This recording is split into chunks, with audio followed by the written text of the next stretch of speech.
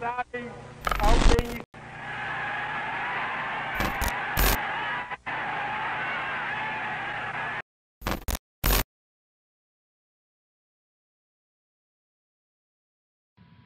Olá, tudo bem?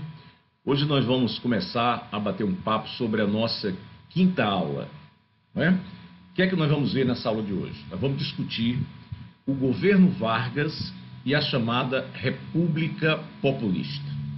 Tá, mas para a gente conversar sobre isso, eu queria antes fazer aqui uma revisão sobre as primeiras décadas do século XX, né? Nós conversamos um pouco no nosso encontro passado sobre isso. Eu gostaria de aprofundar.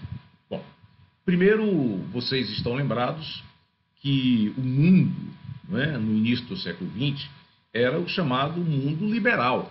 A doutrina, a ideologia dominante na época era do capitalismo liberal. Ou seja, nós tínhamos as metrópoles, aqueles países europeus, né, que eram grandes potências daquele período, e nós ainda tínhamos as colônias exploradas por essas metrópoles que estavam lá na África, né? O continente africano ainda era basicamente colonial, e boa parte da Ásia. Então a gente diz que essa fase é a fase do imperialismo, a exploração forte, né, capitalista dos países ricos em relação aos países pobres, e a maioria ainda era colônia, né? Muito bem. É o chamado aí pacto colonial, é isso? Muito bem. O imperialismo, ele começa a entrar em crise muito forte com a Primeira Guerra Mundial. Vocês estão lembrados que entre 1914 e 1918 vai acontecer a Grande Guerra. Aquela guerra que ficou ali quase que em torno da Europa, né? E com algumas consequências nas regiões vizinhas. Mas foi uma guerra brutal, cruel. Morreram ali mais de 10 milhões de pessoas na Primeira Guerra Mundial. De um lado nós tínhamos a chamada Tríplice Entente, né, que era um grupo de países liderado pela França, pela Inglaterra e depois com a entrada dos Estados Unidos e Rússia, né? E, de outro lado, nós tínhamos a chamada Tríplice Aliança, que era liderada pela Alemanha, né? Era também liderada pela Áustria-Hungria, que naquele período era um país só, né? Era um império austro-húngaro, e também a Itália. Só que a Itália, ela, antes de começar a guerra, ela sai, fica neutra, depois entra do lado da Tríplice Entente. E, digamos assim, vai substituir a Itália num papel importante, o Império Turco, né? Muito bem. Durante a Primeira Guerra Mundial, vai acontecer um fato importantíssimo da história mundial, que foi justamente o fato da Rússia, né, que estava na guerra ao lado da Inglaterra, da França, contra a Alemanha, a Áustria-Hungria. A Rússia, ela vai sofrer um processo revolucionário, ou seja, uma revolução, né, liderada, né, pelo Partido Social Democrata Russo, que era um partido que defendia o socialismo, tinha como grande líder Lenin, né? E como a Rússia estava apanhando muito na guerra, os soldados não queriam mais participar daquela guerra, havia uma exploração muito grande dos trabalhadores, dos camponeses russos, né, pelo czar, que era o imperador. Então tudo isso vai dar as condições para o sucesso da Revolução Socialista. Então a Rússia sai da guerra e logo depois, né, vai haver esse processo revolucionário. E em 1917 se inicia lá o primeiro país socialista no mundo, a Rússia, que vai se agregar, conquistar áreas vizinhas, né, tornando-se em 1922 a União das Repúblicas Socialistas Soviéticas. Isso foi um fato histórico importantíssimo, porque pela primeira vez se colocou em prática o chamado marxismo-leninismo, né? Marx defendia que na evolução dos tempos, da história, né, o chamado materialismo histórico, chegaria um determinado momento onde os trabalhadores fariam uma revolução, chegariam ao poder, né?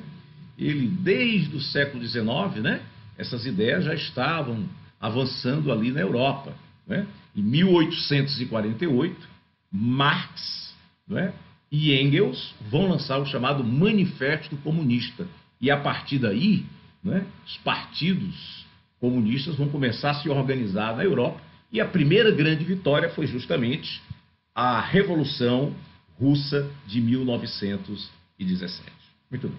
Então foi um questionamento muito forte ao capitalismo liberal, que era a doutrina econômica, que era a ideologia dominante naquele período, né?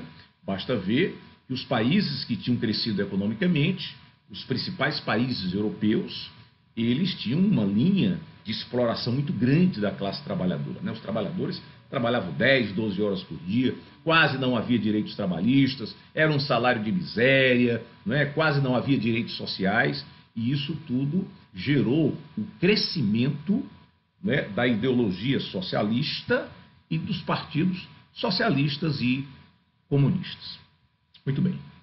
Bom, é bom lembrar que quando terminou a Primeira Guerra, a Alemanha foi a grande derrotada, né, juntamente com a Áustria-Hungria, tanto que o Império Austro-Húngaro se desfaz, né, lá vira uma república, assim como também a Rússia deixa de ser império, deixa de ser czar, né, o governante, para se tornar também uma república, e isso aconteceu em vários países europeus. Bom, a Europa entra numa grande crise, né? A Europa, ela viveu dias terríveis na Primeira Guerra Mundial, e começaram a aparecer as saídas, os debates sobre como sair daquela crise econômica. O que é que faz a Itália? Na Itália, o partido fascista, liderado por Mussolini, vence as eleições na Itália, num processo democrático, e que depois o Mussolini, quando chega ao poder, ele vai simplesmente, né, extinguir os partidos políticos e vai governar de forma ditatorial, né? Ele, baseado no que tinha sido a Itália do passado, né, o Império Romano, a grande nação romana. Então, baseado nesses valores, né, o fascismo cresce, lutando contra o comunismo, porque o fascismo defendia a ideia de que as classes sociais deveriam se unir, cada um com seu papel, o importante era o Estado italiano, a preocupação era com a nação, então não poderia se pensar em classes sociais. E o socialismo defende justamente que a evolução, né, para que haja uma revolução, tem que haver a luta de classes. A maioria tem que se protestar, não aceitar a exploração, se organizar, né? E Lenin, que foi o grande líder da Revolução Russa, vai defender a ideia de um partido de quadros, um partido profissionalizado, onde líderes, né, dirigirão o processo revolucionário para se chegar ao socialismo. Então, o comunismo era o grande inimigo do fascismo. Então, os fascistas cresceram combatendo os comunistas da Itália. Então, Mussolini se torna um ditador. Algo parecido vai acontecer com a Alemanha, né? Vocês lembram que em 1929 houve a grande crise do capitalismo, né? Havia uma superprodução, né, de produtos das indústrias e não havia mercado, não havia demanda, não havia consumo para tanta produção, né? Chegou um determinado momento que as empresas que vendem as suas ações no mercado de ações, lá em Nova York, que era o principal mercado de ações, a Bolsa de Nova York, ela quebra, porque não se conseguia mais vender as ações das empresas, né? Então aquilo vai gerar uma crise muito grande, não só nos Estados Unidos, mas na Europa, e aquilo vai chegar praticamente ao mundo inteiro, né? E a partir dali, o mundo vai viver uma grande crise econômica, uma crise de consumo, uma crise de desemprego terrível, uma crise social, né, que poucas vezes nós vimos no mundo com tanta intensidade. O que faz a Alemanha? A Alemanha estava começando ali um processo onde os partidos social-democratas estavam governando, não estava encontrando solução. A Alemanha estava com a inflação fortíssima, um alto desemprego, a moeda super desvalorizada, e aquilo vai gerar, não é, uma condição social e política favorável a soluções radicais. E quem vai aparecer com a solução radical? Contra os comunistas, contra os sociais-democratas, mostrando que a Alemanha, pela sua história, pelo seu povo, né, tinha que se unir, né, uma grande nação alemã, para que, com aquela ideologia de superioridade, né, da raça ariana, dos brancos, né, daqueles que não deveriam se miscigenar, portanto, a raça pura alemã era uma raça privilegiada e que ela tinha, historicamente, o destino de liderar a Europa, de liderar a humanidade. Então, esses valores, eles vão ser muito bem divulgados, fortalecidos pelo partido nazista, cujo grande líder era Adolf Hitler. A partir de uma eleição, o partido nazista é muito bem votado, Hitler vai se tornar o primeiro-ministro, o chanceler, e a partir daí ele também vai implantar uma ditadura na Alemanha. Vai simplesmente extinguir os partidos, vai fechar os parlamentos, né?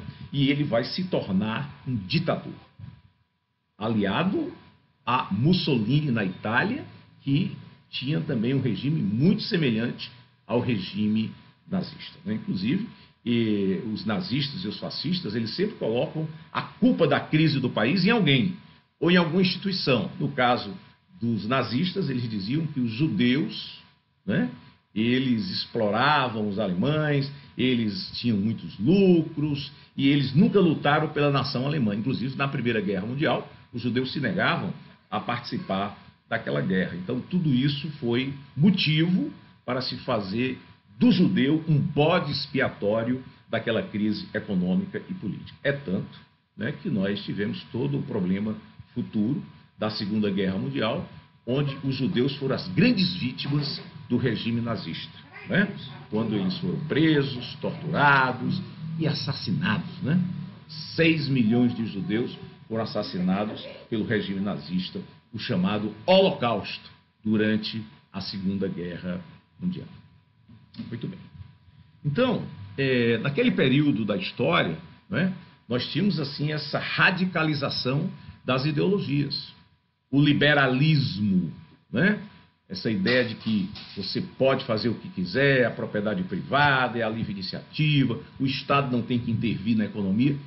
Essa ideologia estava em crise, porque foi a ideologia derrotada na Primeira Guerra Mundial. Surgia como opção política ou o socialismo, que foi implantado lá na União Soviética, ou o nazismo e fascismo, como estavam sendo implantados na Itália e na Alemanha, respectivamente. Portanto, havia uma grande luta ideológica nesse período da história. Ok? É muito importante a gente entender isso para poder compreender o que vai acontecer no Brasil nas próximas décadas, muito em consequência dessa luta política, dessa luta ideológica, dessa luta de visão do mundo que havia no mundo e, evidentemente, também no Brasil. Muito bem.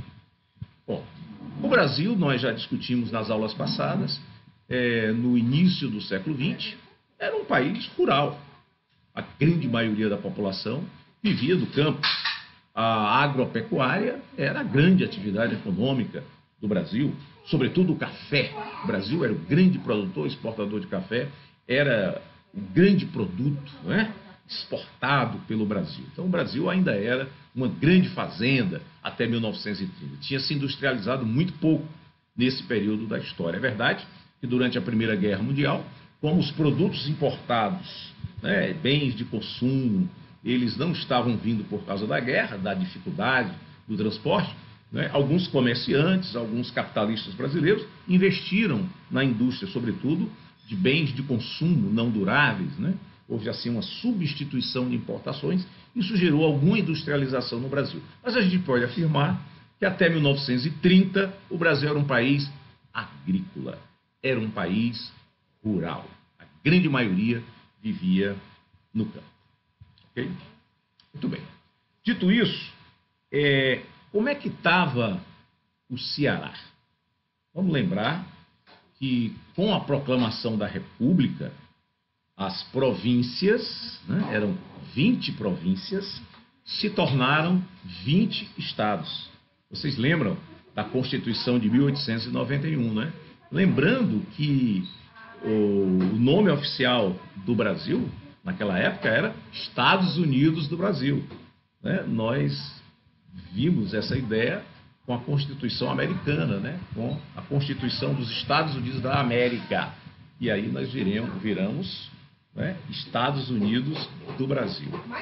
A bandeira brasileira, né, ficou muito parecida com a bandeira do Império. A partir da proclamação da República, tivemos que mudar a nossa bandeira. Esse verde da bandeira, que muita gente diz que é por causa das nossas matas, das nossas florestas, bom, pode até se utilizar também essa figuração, mas na verdade o verde era a cor da dinastia Bragança, que era a dinastia da família de Pedro I e Pedro II, né? Era o verde, no Império era muito semelhante à bandeira. E o amarelo era da família Habsburgo, né? Uma família importante na Europa, que durante muito tempo, o rei da Espanha, da Áustria, né? E que também fazia parte, família dos nossos imperadores também tinham descendência da família Habsburgo. Então, o verde e amarelo, na verdade, é isso, né? Aí vai se encontrar uma justificativa, que o amarelo era do ouro do Brasil, mas não, era o amarelo da família Habsburgo, né? A cor típica da família utilizada como símbolo. Muito bem. Por que ordem e progresso? Interessante isso, né? Os nossos líderes republicanos, eles se baseavam muito nas ideias do positivismo, que as coisas tinham racionalidade, a razão científica, né, o conhecimento. Então, as ideias divulgadas aí por Auguste Comte, né, o grande nome da sociologia, e ele vai defender essa tese do positivismo, cada um no seu canto, cada setor tem o seu papel na história, as classes sociais têm a sua finalidade, né? Então, os nossos líderes se basearam muito nessas ideias. E no positivismo tem um lema que diz o seguinte: o amor como princípio, a ordem como base e o progresso como fim. Então, ordem e progresso vem do lema do positivismo, que era a ideologia, né, dos nossos principais líderes republicanos. Muito bem. Então, o Ceará se torna um estado. No período do Império, o Ceará não tinha tido muita relevância no Brasil, né? A nossa economia era muito frágil e também vai continuar aí nas primeiras décadas do século XX.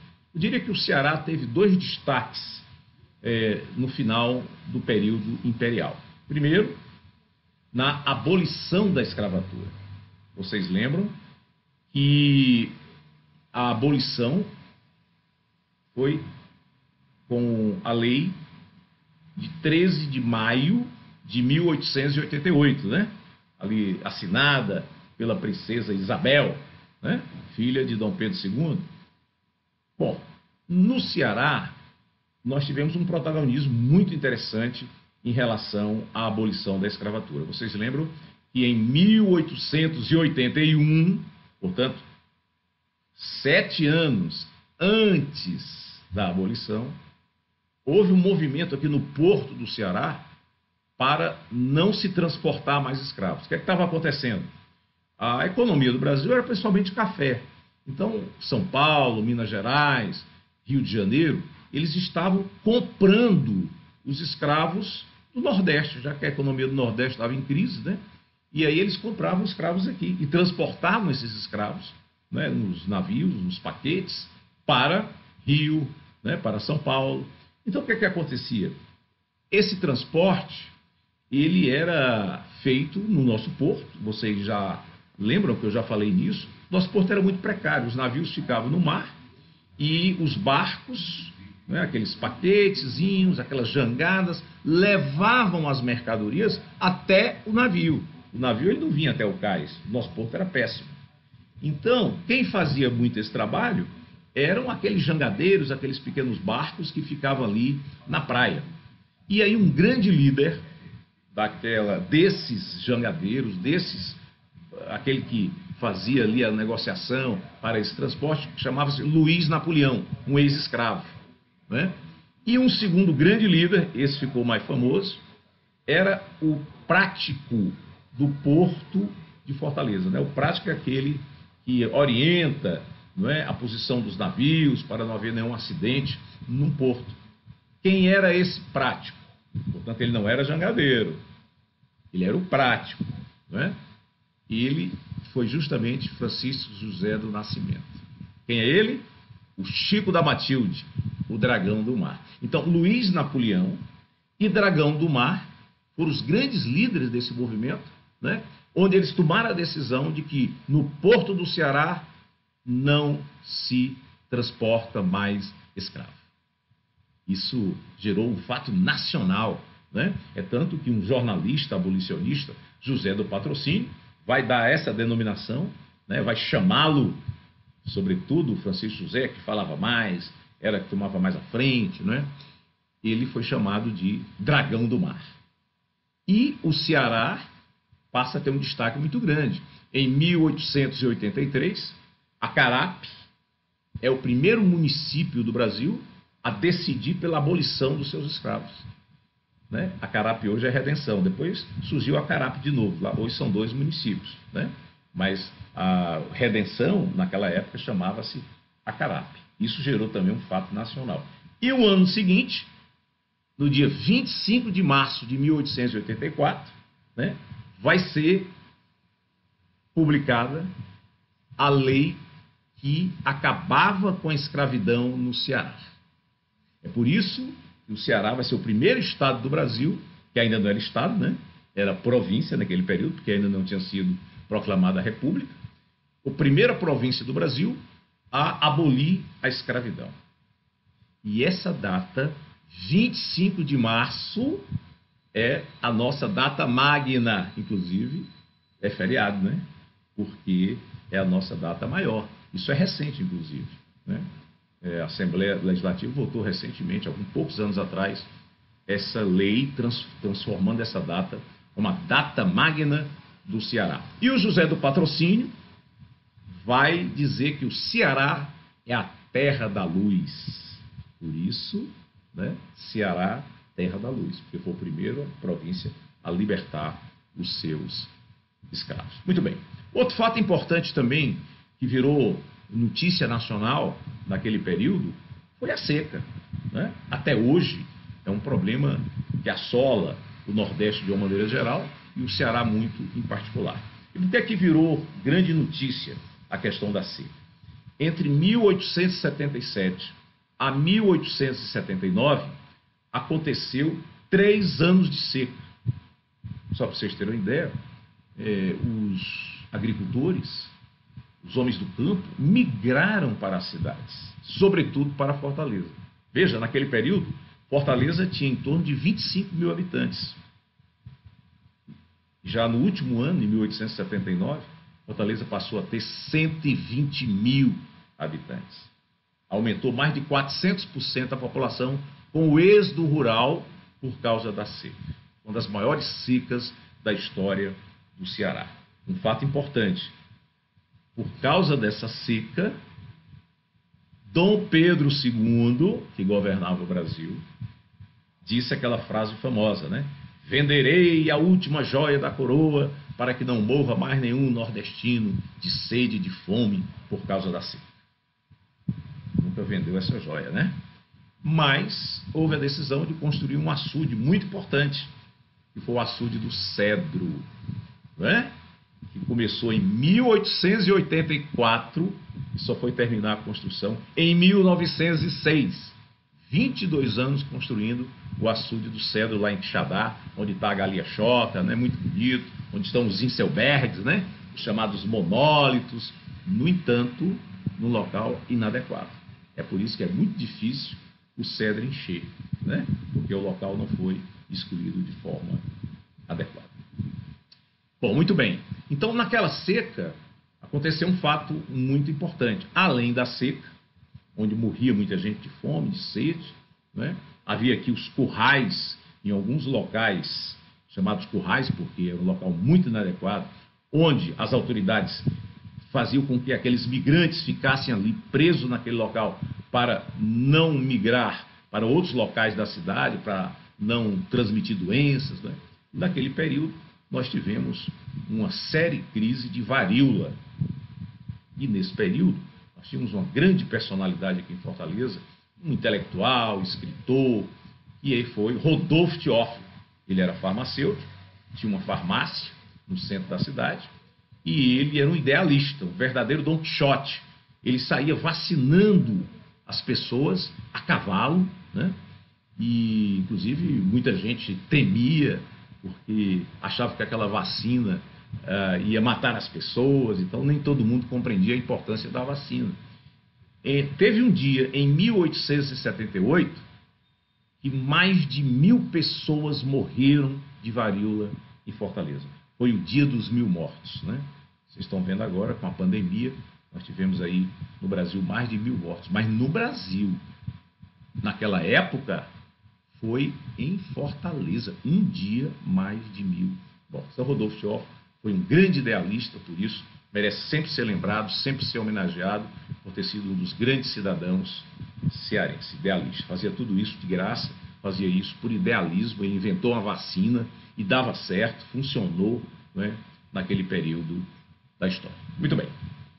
Vocês lembram que a gente já conversou também que as principais lideranças políticas que lideraram o Ceará a partir da proclamação da República eram praticamente as mesmas lideranças do Império, né, que tinham defendido a monarquia. Como vimos, a primeira década e até a segunda década do século XX no Ceará, o nosso Estado ele foi dominado politicamente pela oligarquia Accioli. 2 fatos eu gostaria de destacar. Primeiro, que esse domínio político ele vai mais ou menos aí entre 1892 até 2012. Na verdade, foram 20 anos, né, que a oligarquia Accioli, liderada por Nogueira Accioli, dominou politicamente o Ceará. Nesse período, os presidentes de província, né, que tinham se tornado estados, né, com a proclamação da República, eram governados pelos presidentes de estado, eleitos pela população. No entanto, esses presidentes de estado, eles indicavam os dirigentes municipais, né? Hoje é prefeito, na época era intendente. Então, o governador era eleito e nomeava todos os intendentes dos municípios. Portanto, era um poder exacerbado que o presidente de estado tinha. Pois bem, aqui em Fortaleza, durante esses 20 anos de domínio da oligarquia Accioli, quem governou a nossa cidade foi Guilherme Rocha. Um prefeito importantíssimo, porque ele fez grandes reformas no centro da cidade, ele fez modernização, né? Praça do Herval, né, que virou Praça José de Alencar, Praça do Ferreira foi modificada, foi modernizada. Naquele período, o governo Accioli, ele constrói o Teatro José de Alencar, 1910, né? O nosso grande teatro, que hoje é uma referência nacional.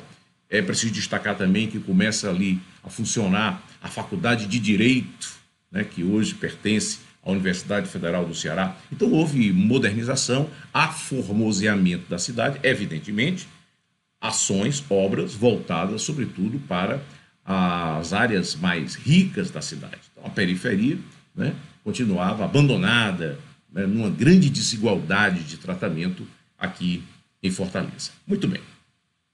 Em 1912, houve uma eleição importantíssima.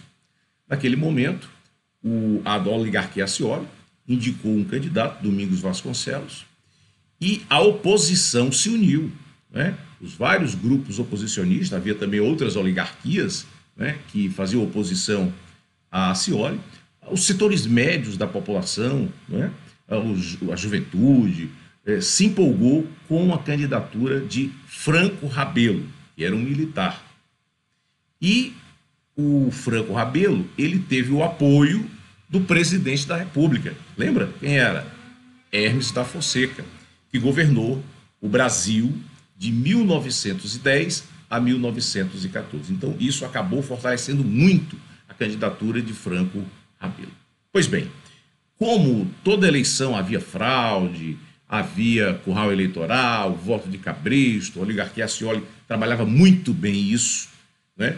A oligarquia Scioli conseguiu empregar muita gente, inclusive parentes, né, do Nogueira Scioli, em todas as repartições, todos os serviços públicos que havia, tinha lá alguém da família Scioli. Então, aquele processo eleitoral foi muito disputado, muito comício, muita passeata, e a população sabia que se o Scioli continuasse governando, ele faria de tudo para eleger o seu sucessor. Então, em 1912, a população de Fortaleza se revoltou, se armou e resolveu pôr para fora do governo o Nogueira Scioli, que estava governando aí em 1912. E houve troca de tiros, né? O povo foi até a Praça ali dos Leões, onde fica o Palácio da Luz, né? O Paço da Luz, onde trabalhava e morava o presidente do Estado naquela época, onde hoje é ali a Academia Cearense de Letras. Pois bem, então o povo foi lá e obrigou o Scioli a deixar o estado do Ceará, né? Com tiros, chegou milhares de pessoas aí no centro da cidade, justamente com esse objetivo de pôr o Scioli para fora. E vão conseguir. A Scioli vai ter que se retirar do Ceará correndo aí para o Rio de Janeiro, porque senão seria assassinado. Bom, acontece a eleição e o Franco Rabelo, o candidato das oposições, vence a oligarquia Scioli. Muito bem. Só que a Scioli tinha muitos aliados do interior. Os coronéis do interior, os oligarcas do interior, eram, na sua grande maioria, aliados a Nogueira Scioli. E um desses oligarcas importantes, né, que era a maior liderança do Cariri, foi prefeito de Juazeiro, era justamente o padre Cícero Romão Batista, o padre Inciso. E aí o Franco Rabelo vai mandar tropas para o Cariri para fazer algumas prisões, perseguições àqueles que se opunham ao seu governo. É tanto que vai se criar uma outra assembleia, né? A Assembleia Legislativa de Fortaleza, outra lá no Cariri, né? Para tentar disputar aí, inclusive, as indicações legislativas, aprovar leis contra o governo de Franco Rabelo, e aí o Franco Rabelo vai enviar tropas para lá. Essas tropas serão derrotadas em Juazeiro, né?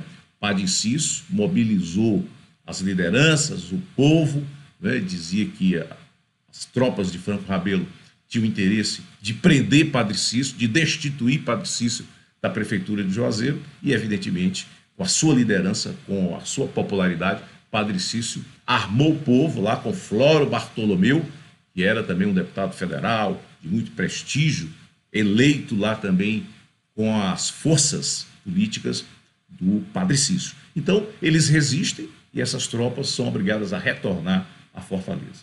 Mas não vai ficar só nisso, né? Essas tropas vão vir de Juazeiro, os aliados de Padre Cícero, e vão ficar aqui nos arredores de Fortaleza, vão vir de trem, vão vir a cavalo, né? E vão obrigar o povo de Fortaleza se preparar para um combate vindo aí de Juazeiro. Foi a famosa sedição do Juazeiro. Bora, como havia duas assembleias legislativas, como havia essa grande disputa política aqui no Ceará, Hermes da Fonseca, que era aliado de Franco Rabelo, mudou de lado. Ele percebeu que quem tinha mais força política aqui era o Scioli e era o Padre Cícero. Então, o que é que vai acontecer? Né? Com a desculpa de que tinha que se evitar uma guerra civil aqui no Ceará, ele vai fazer uma intervenção no governo. Ele vai destituir Franco Rabelo. E com isso, né, a oligarquia Scioli volta a ter muito prestígio ainda aqui no Ceará, e Padre Cício vai sair desses eventos, né, desses momentos difíceis, como a grande liderança do Estado do Ceará. Inclusive, ele vai ser vice-presidente do Estado, né? Muito bem. Foi a famosa sedição de Juazeiro. Juazeiro, né, veio para cá, o Cariri veio à Fortaleza para destituir o governo e conseguiu com a intervenção. Muito bem. Vamos lembrar que em 1930, Getúlio Vargas chega ao poder, né, depois daquela insurreição, né, depois daquele processo revolucionário, né, e aí ele começa a pôr em prática as suas ações, o seu projeto, né? Vocês lembram que ele tinha se comprometido no processo eleitoral a criar a justiça eleitoral. Ele começa a modificar as leis trabalhistas, ele acaba com o voto a bico de pena, ele cria o voto secreto, que não existia, e isso era muito prejudicial, né, ao avanço democrático no Brasil. Então ele começa a pôr em prática aquilo que ele tinha prometido durante o processo eleitoral. No entanto, boa parte daqueles que queria mudanças no Brasil, que tinha apoiado Getúlio Vargas para que ele pudesse pôr em prática essas mudanças, defendia a democracia. Achavam que tinha que ter uma eleição para eleger, né, uma constituinte, e evidentemente o Brasil tem uma nova Constituição dentro já desse novo panorama democrático. É por isso que São Paulo, que tinha elegido Júlio Prestes presidente, né? Getúlio tinha perdido, na verdade, a eleição, por isso que houve a insurreição. São Paulo nunca se conformou com a vitória, né, da Revolução de 30, levando Getúlio ao poder. Então São Paulo, em 1932, vai fazer um movimento, vai fazer uma insurreição, né, vai se armar para obrigar Getúlio a convocar eleições e se fazer uma nova Constituição. Foi a chamada Revolução Constitucionalista de 1932. Ela vai começar no dia 9 de julho. Por isso que até hoje os paulistas comemoram o 9 de julho como a data da sua Revolução Constitucionalista. É o nome de uma avenida, né? É feriado no dia 9 de julho, justamente por isso, né? O que é que vai acontecer? Getúlio vai ter apoio da maioria dos estados, vai preparar o exército, preparar forças militares que vinham dos outros estados e rapidamente, em pouco tempo, ele vai vencer essa insurreição em São Paulo. A Revolução Constitucionalista vai ser derrotada. No entanto, Getúlio sabia que tinha que convocar eleições e vai fazer isso, né? Em 1933, vai haver eleição para eleger uma Assembleia Constituinte e elaborar a Constituição de 1934. E nessa eleição houve uma grande novidade, porque em 1932 foi aprovada uma lei garantindo o voto feminino, que ainda não existia, né? A mulher começa a votar no Brasil com essa lei aprovada em 1932. Bom, essa nova Constituição, ela trouxe algumas novidades. Primeiro, era uma Constituição que trazia já direitos sociais, não é? Era uma Constituição já com a visão da social-democracia. Essa Constituição foi muito baseada na Constituição da redemocratização lá da Alemanha depois da Primeira Guerra Mundial, a Constituição de Weimar, né? Muito bem. Nessa Constituição também trazia uma experiência inédita, que era o processo eleitoral, além de eleger normalmente os deputados federais, se elegeu também um grupo de deputados classistas, ou seja, os setores, as categorias, né, faziam uma votação e escolhiam deputados, tanto patronais como de empregados, para representá-los, né, no processo constituinte. Foi uma grande novidade, né? Bom, portanto, acontece o processo eleitoral, a eleição é normal, acontece a elaboração da Constituição de 34 e ela trazia, num dos seus artigos, a determinação que o presidente da República seria, naquele momento, eleito indiretamente pelo próprio Congresso, e só em 1938 haveria eleições de eleitores normais para a presidência da República e para o Congresso Nacional. Então, Getúlio vai governar de forma provisória de 1930 a 1934. Em 34, o Congresso elege Getúlio de forma indireta para mais 4 anos. E esse mesmo processo vai acontecer também nos estados. Vocês lembram que quando Getúlio chegou ao poder, ele vai destituir todos os presidentes de estados, ele vai fechar as assembleias, né, as câmaras, né, vai governar de forma ditatorial já naquele processo de 1930. Pois bem, a Constituição Federal determinava que os estados também deveriam fazer as suas constituições estaduais. E isso vai ocorrer, né? Em 1934, os estados vão também fazer eleições, vão eleger as suas representações para a elaboração das constituições estaduais. Então, aqui no Ceará, por exemplo, a Constituição nossa de 34 decidiu que o primeiro governador naquele momento seria também eleito indiretamente. Isso foi no Brasil inteiro. E quem foi escolhido pela Assembleia Legislativa do Ceará? Menezes Pimentel, que vai governar de 1935 a 1945. Portanto, ele vai governar 10 anos. Deveria governar até 38, né? Mas aí Getúlio vai fazer com que o seu mandato continue até 1945. Muito bem. Ora, então, aí começam a se organizar os partidos, eles tinham sido extintos, né? Até 1930, os partidos eram regionais, todos foram extintos com a Revolução de 30. Então, os partidos começam a se organizar, surgem aquelas forças políticas para preparar a eleição de 1938. Bom, no entanto, em 1935, vai acontecer um fato importante no Brasil que vai prejudicar muito a redemocratização do país. Vocês lembram que Luiz Carlos Prestes não apoiou a Revolução de 30. A maioria dos tenentes participou daquela insurreição liderada por Getúlio. Luiz Carlos Prestes não. Ele foi lá para a União Soviética, passou vários anos lá estudando, se capacitando, fazendo relações internacionais, relações políticas, e ele volta lá convencido de fazer uma revolução socialista no Brasil. Ele, inclusive, é apoiado pelo Partido Comunista da União Soviética com esse objetivo. E ele vem assessorado, vários militantes europeus vieram aqui ao Brasil ajudar Luiz Carlos Prestes a fazer uma revolução socialista. Inclusive, Olga Benário, ela veio com o objetivo de garantir a segurança de Luiz Carlos Prestes, mas vai acabar casando, né, e tendo uma filha com ele. Muito bem.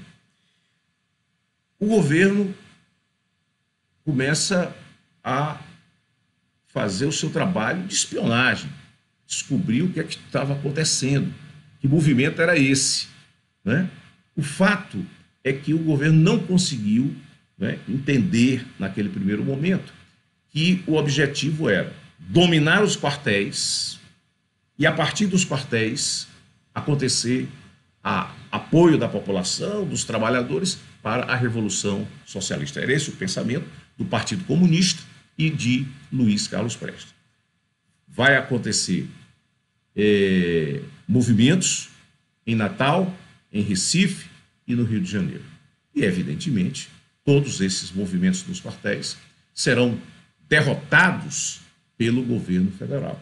Rapidamente o governo vai dominar e aqueles insurgentes vão ser presos, né? E muitos deles serão torturados para que se dissesse o que processo era esse de revolução socialista no Brasil. Luiz Carlos Prestes consegue ficar escondido, fugido, né, clandestino, por algum tempo, mas em 1936, um ano depois da chamada intentona comunista, Luiz Carlos Prestes vai ser preso e vai ficar preso de 1936 até 1945.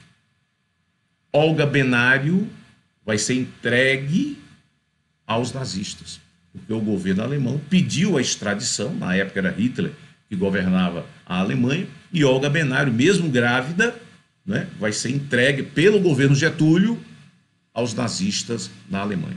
Depois ela ficará num campo de concentração e será assassinada.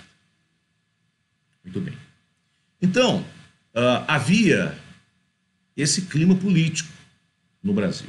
E Getúlio se aproveitou muito bem disso. Em 1937, um capitão, Olímpio Mourão, do Exército, né, ele vai elaborar um documento chamado Plano Cohen, dizendo, afirmando nesse documento, que havia todo um aparato, todo um planejamento para mais um movimento comunista do Brasil. A ideia era que haveria uma revolução comunista, e os comunistas estariam preparando isso, e Getúlio se aproveitou desse documento falso, criado pelo Olímpio Mourão, né, para divulgar à população, nos meios de comunicação, de que estava sendo planejada aquela revolução comunista. E para evitá-la, ele resolveu dar um golpe de Estado, em 1937. A eleição seria em 1938. Na verdade, ele queria evitar a eleição de 1938 para continuar no poder, e vai ter sucesso. Vai ter grande apoio dos militares, dos generais, né? E ele vai dar o golpe de 1937, né? E ele vai denominar Estado Novo. A partir daquele momento, o Brasil viveria o período do Estado Novo. Por que esse nome? Porque Salazar, que era lá o presidente de Portugal, né, deu também lá, ele se tornou ditador em Portugal, esse mesmo nome. Então, Getúlio vai adotar essa denominação de Estado Novo. Muito bem. Então, o Getúlio vai continuar governando até 1945 de forma ditatorial, de forma autoritária. No entanto, é um período em que Getúlio vai fazer muitas reformas, vai fazer muitas mudanças e vai trazer muitos avanços, tanto para o desenvolvimento econômico do Brasil, como também para o social, para os direitos trabalhistas. É bom lembrar que em 1940, Getúlio vai criar o salário mínimo, que não existia no Brasil. Os trabalhadores eram muito explorados naquele período da história brasileira, não é? Getúlio vai compilar as leis trabalhistas e vai fazer outras, vai avançar, criando a CLT, Consolidação das Leis Trabalhistas, em 1943. Portanto, era um governo contraditório, porque, ao mesmo tempo, era uma ditadura, havia censura à imprensa, aos jornais, jornais foram fechados, havia censura, né, nas artes, mas, ao mesmo tempo, avançou muito o país nos direitos trabalhistas, nos direitos sociais. Getúlio tinha um projeto de modernização e de industrialização do Brasil. Mas para o Brasil ter indústria, precisava ter aço, precisava ter energia. Por isso que ele vai começar a trabalhar a ideia de que o Brasil precisava de uma grande siderúrgica, de uma grande empresa de produção de aço. O que é que ele vai fazer?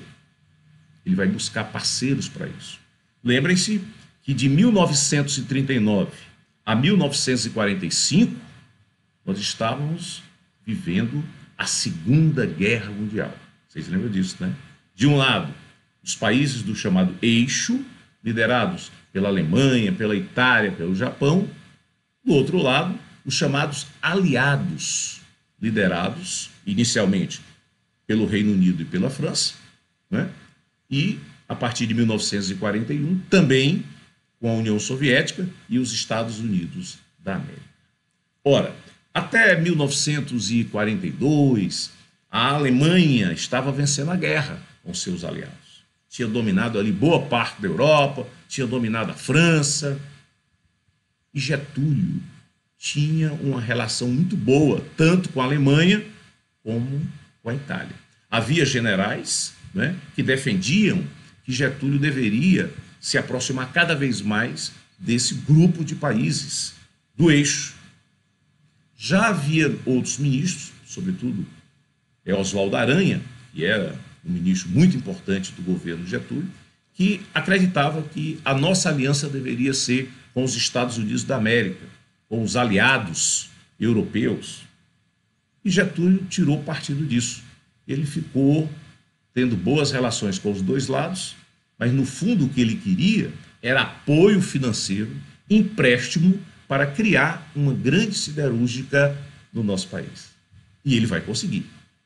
Com os Estados Unidos da América, né? Em 1942, vai ser criada a Companhia Siderúrgica Nacional, lá em Volta Redonda, no Rio de Janeiro, e vai ser a nossa grande siderúrgica, com empréstimo de dinheiro americano. É por isso que Getúlio vai se definir, né, para fazer a aliança justamente com os aliados e com os Estados Unidos. Os Estados Unidos tinham um interesse muito grande no Brasil, porque nós temos aqui a nossa costa, né, e no Atlântico, que não é tão distante da África. E a guerra estava acontecendo também no norte da África. E os Estados Unidos precisavam de aeroportos aqui na América do Sul para justamente transportar os seus aviões, né, e até mesmo os próprios navios paravam aqui para abastecer e fazer lá a guerra na África. Então, isso foi muito interessante também para os Estados Unidos e para os aliados de uma maneira geral. É por isso que serão construídas bases americanas em Natal, em Fortaleza, em Recife e em Fernando de Noronha, né? Nós temos aqui o PC, né? Nós temos aqui o nosso próprio aeroporto, né? Era uma pista utilizada pelos americanos justamente para fazer abastecimento aqui em Fortaleza e viajar lá para a África para fazer a guerra. Muito bem. O Brasil vai mandar um agrupamento, FEB, Força Expedicionária Brasileira, para a Itália, lutar ao lado dos americanos contra os alemães na Itália, né? A Itália estava numa situação difícil na guerra, isso já era no final da guerra, né? E lá no norte da Itália, os brasileiros se uniram aos americanos para derrotar os alemães. E vão ter grandes vitórias, né? É por isso que, por exemplo, aqui em Fortaleza, nós temos 2 bairros em homenagem a essas vitórias. Montese e Monte Castelo foram vitórias lá de localidades em que os brasileiros derrotaram os alemães ao lado dos americanos. Ok? Muito bem. Terminada a guerra em 1945. E nós, brasileiros, fomos à guerra, nos aliamos aos Estados Unidos e aos demais aliados, com o objetivo de derrotar uma ditadura. Na Itália, Mussolini, na Alemanha, Hitler. E quando a gente retorna, os soldados retornam ao Brasil, vão encontrar o que no Brasil? Uma ditadura. A ditadura Vargas, o que não fazia sentido. Nós fomos lutar pela democracia, pela liberdade, e havia uma ditadura no Brasil. Portanto, começa a haver um movimento liderada pelos generais aliados a Getúlio, que sempre tinham estado ao lado de Getúlio para retirá-lo do poder e haver novas eleições no Brasil. Claro que Getúlio era muito esperto, era muito pragmático, ele percebe o movimento, né, e ele convoca eleições para dezembro de 1945. Só que essas lideranças militares, lideradas principalmente por Góes Monteiro, por Eurico Dutra, que era o ministro da Guerra de Getúlio, eles não vão acreditar. Eles achavam que era mais uma jogada de Getúlio. Anunciou a eleição, mas que ele daria continuidade ao seu governo. Até porque havia um movimento muito forte, que era o queremismo, ou seja, tinha que se elaborar uma nova Constituição, mas com o Getúlio governando. Era o movimento queremos Getúlio continuando presidente. E aí nós vamos ter um fato interessante, porque quando Getúlio prepara aí o país para uma nova eleição, ele vai dar anistia política, né? Exilados vão voltar, pessoas que estavam presas, né, com motivos políticos pelo próprio Getúlio vão retornar à vida normal, à vida democrática, e um deles será justamente Luiz Carlos Prestes, que passou 9 anos preso durante a ditadura Vargas. E o que é que Luiz Carlos Prestes vai fazer? Vai defender a continuidade do governo Getúlio Vargas. Né? O movimento Queremos Getúlio teve o apoio do Partido Comunista. Por quê? Eles achavam que, com todos os defeitos que Getúlio tinha, ainda era a melhor alternativa para a classe trabalhadora do Brasil. Mas Getúlio será destituído. Vai haver um golpe, mais um golpe militar, destituindo Getúlio Vargas. E aí, em dezembro, vai haver eleições para o Congresso e para presidente da República. Bom, acontece que quando Getúlio é destituído, apareceu um problema.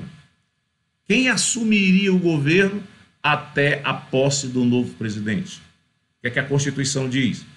Quando o presidente não pode continuar, por qualquer motivo, assume o vice. Mas não havia vice, porque Getúlio tinha dado aquele golpe de 1930, né? Que alguns chamam de revolução. Não havia vice. Bom, então, quando o vice não assume, quem é o próximo? O presidente da Câmara dos Deputados.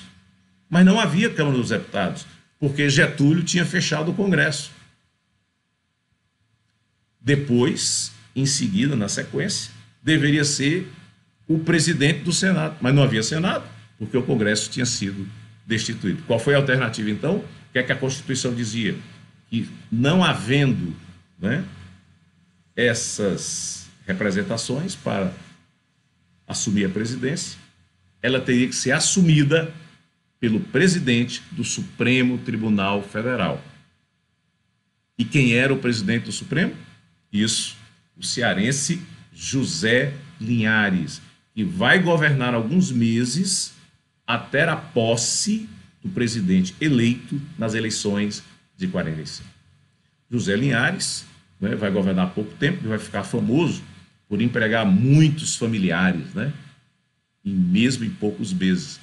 Vai até aparecer uma piada na época que vai dizer o seguinte: os Linhares são milhares no governo. Bom, acontece a eleição, os partidos políticos se reorganizam. Nesse período da história, de 45 até 64, o Brasil vai ter 13 partidos políticos. Getúlio, que era muito esperto, organizou 2 partidos. O PSD, Partido Social Democrático, que vai ser o partido que vai agregar os interventores que foram nomeados por Getúlio, setores mais conservadores, que defendiam interesses econômicos, até mesmo proprietários de fazendas, né? Eles vão organizar o PSD e Getúlio vai liderar a organização desse partido. Ao mesmo tempo, Getúlio vai também organizar o partido que ele vai se filiar, né? Que foi o PTB, Partido Trabalhista Brasileiro, que era um partido composto por lideranças sindicais, por setores médios da população, né? Que defendiam o trabalhismo, né? Uma ideologia muito voltada para os interesses da classe trabalhadora. E a grande oposição a esses 2 partidos será justamente a UDN, União Democrática Nacional, que tinha uma visão mais liberal, que defendia que o Estado não deveria intervir na economia e que o Brasil deveria se aliar naturalmente aos Estados Unidos, que era muito mais interessante para o desenvolvimento econômico brasileiro. Então, nós tínhamos assim, durante todo aquele período, uma disputa acirrada. De um lado, PTB e PSD, que se aliaram em quase todas as eleições daquele período, e a UDN. Claro, havia outros partidos políticos, inclusive o Partido Comunista. Como foi dada a anistia, né? O Partido Comunista, que tinha sido criado em 1922, foi perseguido quase sempre, foi proibido de existir quase sempre. Ele existia na clandestinidade. Mas aí, com 45, com a redemocratização, o Partido Comunista volta a funcionar. E lança, inclusive, candidato a presidente, Iedo Fiuza.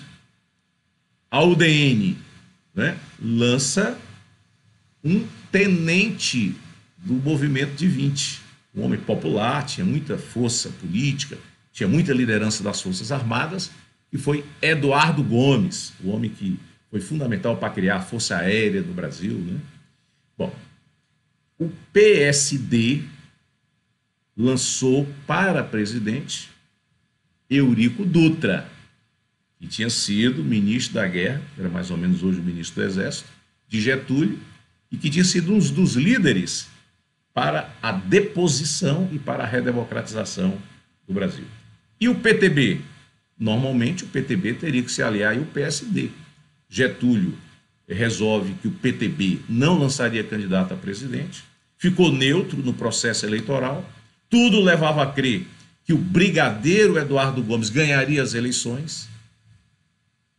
E aí, Getúlio, já pertinho das eleições, resolveu, para decidir a eleição, porque ele era muito popular, apoiar Eurico Dutra. Já no final do processo, com o apoio de Eurico Dutra, de Getúlio a Eurico Dutra, Dutra vai vencer as eleições. Brigadeiro Eduardo Gomes não ganhou. Interessante o Brigadeiro, porque da sua campanha, né, o slogan era: Brigadeiro, ele é bonito e solteiro. E o Brigadeiro era um homem bonitão, o Brigadeiro era muito vaidoso, né? Ele era moreno, né?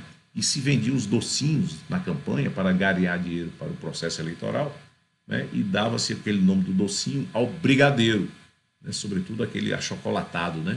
E até hoje existe o Brigadeiro, em homenagem ao Brigadeiro Eduardo Gomes. Muito bem.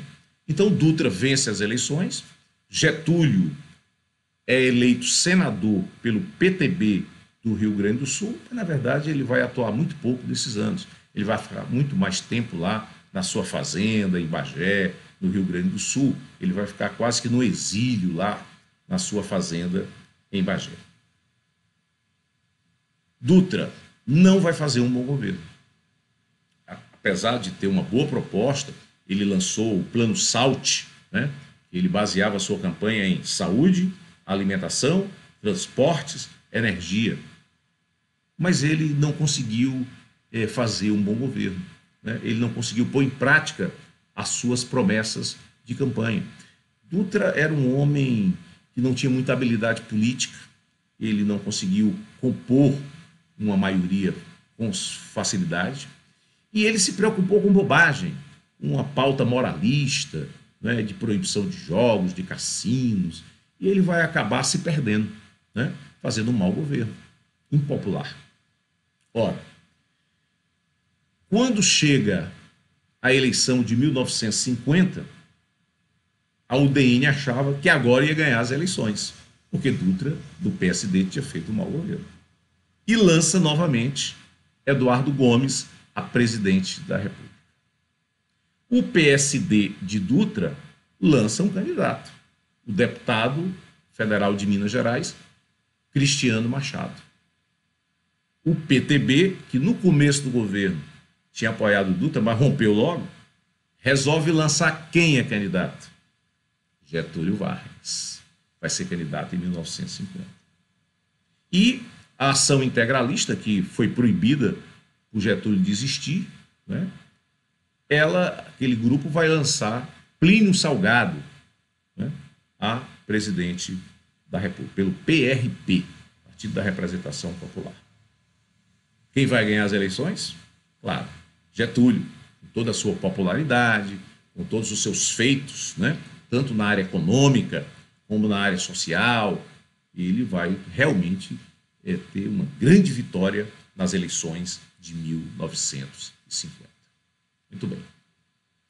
É bom lembrar que no Ceará, Menezes Pimentel tinha governado de 35 a 45, no período da ditadura Vargas. Em 45, quando Dutra ganhou as eleições, aqui no Ceará quem vai ganhar é o DN. Vai ser eleito o governador Faustino Albuquerque. Em 50, quando Getúlio se elegeu a presidente, Quem vai se eleger aqui no Ceará vai ser justamente o PSD, que vai ganhar as eleições com Raul Barbosa, né? Aqui no Ceará, nesse período da história, nenhum partido conseguia reeleger um filiado. Era sempre a oposição que ganhava. Quando o PSD ganhava, na próxima seria o DN e vice-versa, né? Muito bem. Nesse governo, Getúlio conseguiu fazer muito, né? Ele vai criar o Banco do Nordeste do Brasil, ele vai criar o Banco Nacional de Desenvolvimento Econômico, ou seja, instituições financeiras que iriam financiar o desenvolvimento econômico do país. Depois o BNDE vai ter um S, né? Futuramente vai ser Desenvolvimento Econômico e Social. Getúlio Vargas vai criar a maior empresa do Brasil e uma das maiores do mundo, a Petrobras, em 1953, porque houve uma grande campanha nos anos 40, a campanha do Petróleo é Nosso. Se lutava para que o Brasil tivesse uma grande empresa de extração, de refino de petróleo, porque os combustíveis que nós tínhamos de petróleo, nós comprávamos de outros países. O petróleo era todo importado. O Brasil precisava de petróleo, precisava de energia para o seu desenvolvimento. Getúlio vai apresentar o projeto da criação da Eletrobras. Ele não vai conseguir criar, mas ele apresentou o projeto. Ela será criada depois. Ou seja, Getúlio tinha um projeto de desenvolvimento industrial no Brasil. O Brasil precisava de indústria de base, já tinha a siderúrgica de Volta Redonda. O Brasil precisava de energia, por isso a Eletrobras, por isso a Petrobras, para criar as condições de atrair indústrias para o Brasil. E ele também vai avançar na área social, né? No seu governo, de 50 a 54, ele vai duplicar o salário mínimo. E ele vai justamente trazer um forte político do PTB, do seu partido, para assumir o Ministério do Trabalho, Indústria e Comércio, que foi justamente João Goulart, o Jango. Muito bem. Acontece que a UDN fazia uma oposição muito radical ao governo Getúlio. E o principal líder da UDN era justamente Carlos Lacerda. A imprensa quase toda fazia oposição a Getúlio. Jornal O Globo, os diários associados de Assis Chateaubriand, com todas as suas rádios, jornais e até a TV Tupi, né? Foi a televisão criada por eles. O jornal Correio da Manhã, né? E o tribuna da imprensa, que era justamente o jornal de Carlos Lacerda. O que faz Getúlio? Estimula um jornalista chamado Samuel Weiner a criar um jornal, A Última Hora. E esse jornal, ele vai ser um instrumento de defesa do governo Getúlio, né, perante a sociedade brasileira. Mas quase toda a imprensa fazia oposição a Getúlio. O poder econômico, os empresários, né, se irritaram muito com Getúlio devido à duplicação do salário mínimo. Essa visão que o Getúlio tinha de ser o pai dos pobres, a oposição dizia, mas é a mãe dos ricos também, porque ele fazia ações, evidentemente, para os mais diversos setores da sociedade. Mas os empresários começaram também a fazer oposição, porque eles achavam que Getúlio defendia muito a classe trabalhadora e isso prejudicava os interesses de alguns empresários, não todos, evidentemente. E, sobretudo, né, os interesses das multinacionais não estavam sendo defendidos por Getúlio. Getúlio era um nacionalista, ele defendia o nacional-desenvolvimentismo. Ele achava que o Estado tinha que ser forte, tinha que ter empresas estatais, né, para garantir o desenvolvimento econômico do país. Claro, tinha que ter empresa estrangeira também, mas ele priorizava a empresa nacional. Portanto, isso gerava muito temor no grande poder econômico. A UDN fazia uma oposição tão radical que caso Lacerda, na eleição de 50, dizia o seguinte: Getúlio não pode ser candidato. Se for candidato, não pode ser eleito. Se for eleito, não pode ser empossado. Se for empossado, temos que fazer uma revolução para tirá-lo do poder. E aí, havia muitas denúncias em relação ao governo Getúlio. Foram feitas CPIs contra o governo Getúlio, CPI para investigar se o Banco do Brasil tinha dado um empréstimo generoso para Samuel Weiner criar o jornal Última Hora, CPI da Petrobras. Então se criou um clima de oposição muito forte ao governo Getúlio pela UDN. É tanto que parte do PSD, que tinha apoiado Getúlio, né, ele vai fazer oposição. Getúlio vai ter muita dificuldade no Congresso Nacional. Getúlio foi obrigado, inclusive, a tirar o João Goulart do ministério, porque havia muita pressão, né, sobre João Goulart, que achava que ele era ligado aos sindicatos, ele era ligado aos grupos radicais de esquerda, e ele foi obrigado a tirar. Bom, mas aí vai acontecer um fato que será decisivo para o final do governo Getúlio. Carlos Lacerda, seu grande opositor, vai sofrer um atentado. Morava lá na Rua Toneleiro, em Copacabana. Quando ele estava chegando em casa, houve lá um atentado, né? E ele era espionado pelo um grupo de seguranças de Getúlio Vargas, liderado por um aliado antigo da família, que há muitos anos fazia a segurança da família de Getúlio, que era o Gregório Fortunato.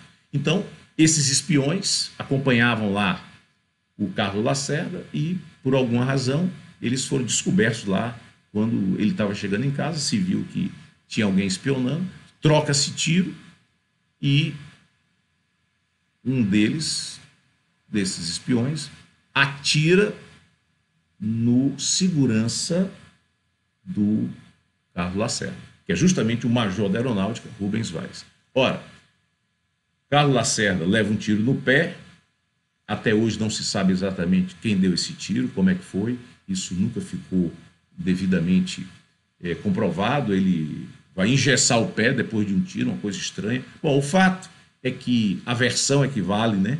E a versão era: Carlos Lacerda sofreu um atentado da segurança de Getúlio Vargas. Olha, isso foi um escândalo, né? Com a morte do major Rubens Vaz, que fazia a segurança de Carlos Lacerda, a aeronáutica resolve fazer uma inquisição, né?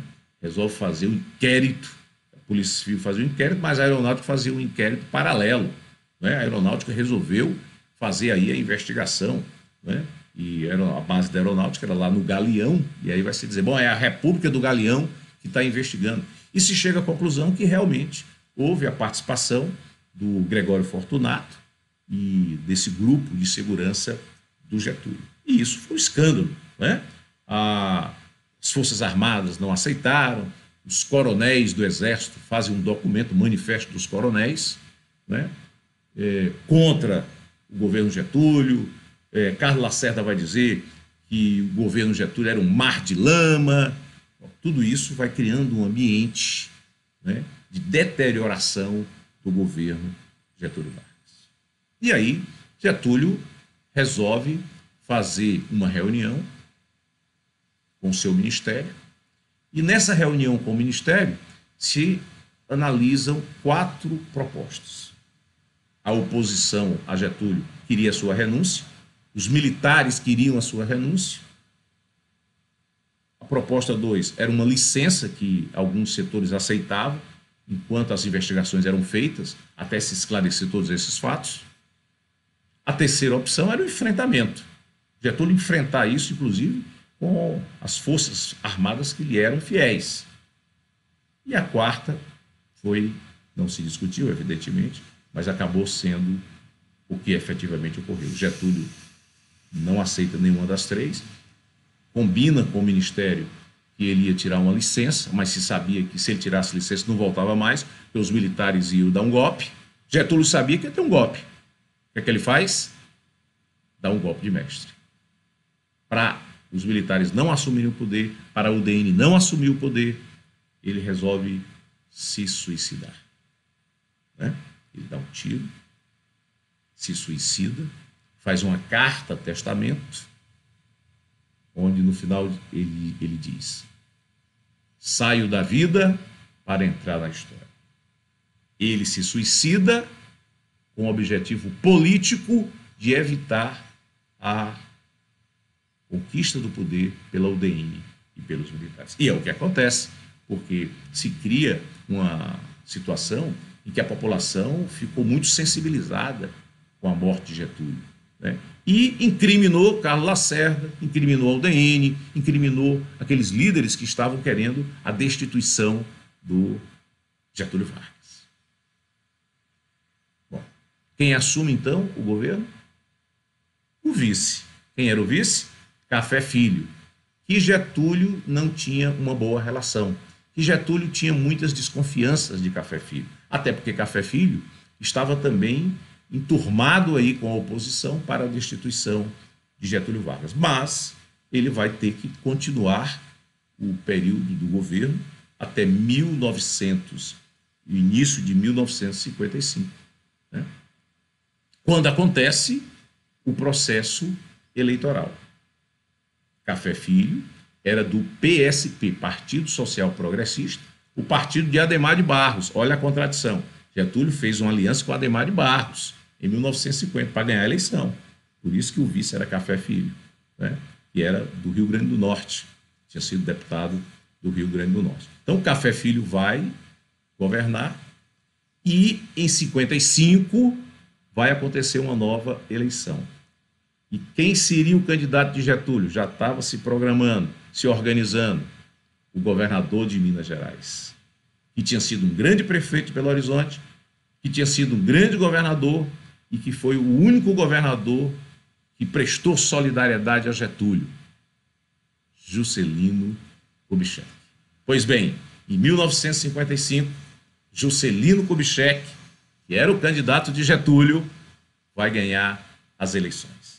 Mas isso já é assunto para a próxima aula, quando nós vamos conversar sobre a República Populista e o golpe civil-militar de 1964, ok? A gente se vê até lá.